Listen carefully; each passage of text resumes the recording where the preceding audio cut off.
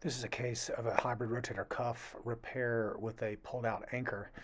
Here's the patient's rotator cuff tear. Preoperatively, intra-articular sided view shows supraspinatus tear from the articular and bursal side.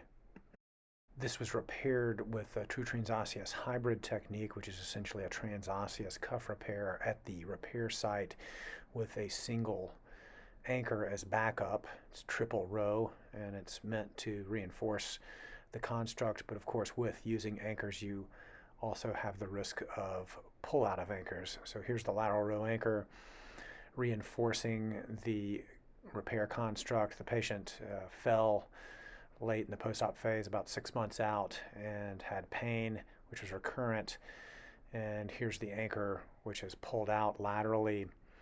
We simply removed that. His motion was excellent, and the cuff repair had healed quite nicely with a 3-tunnel repair construct. There it is from intra-articularly with only sutures visible, bursal sides completely healed as compared to the preoperative MRI and first arthroscopic surgical pictures.